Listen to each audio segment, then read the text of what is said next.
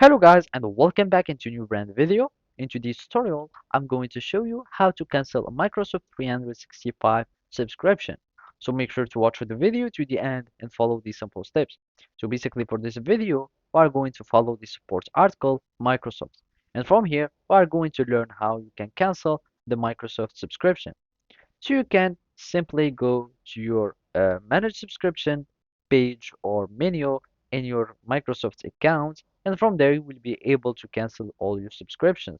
So as you can see, you will be needing just to go to your Microsoft account and go to the subscription that you want to cancel. You select cancel subscription, and basically that's it. So now let's just do these steps. So we go to our Microsoft account. So I'm just going to my profile, and basically here I'm just going to my Microsoft account, and here we will find the subscription menu. By clicking on subscriptions, we will find all the subscriptions that we have here. So now we want to cancel some subscriptions. These ones are already expired, and basically you will need just to go to manage. So you can simply either go to manage, or you might find like cancel next to it.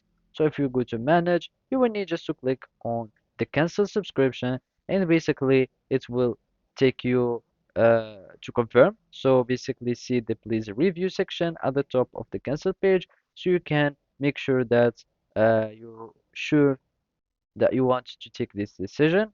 And basically you will find, or you should be aware of these actions, and then you will need just to click I want to keep my benefits, or I don't want my subscription. You choose like your reason, etc., and then you will need just to click on confirm, and you will have your subscription that has been canceled successfully. So basically this is how you can do it. Thank you for watching, and see you next time.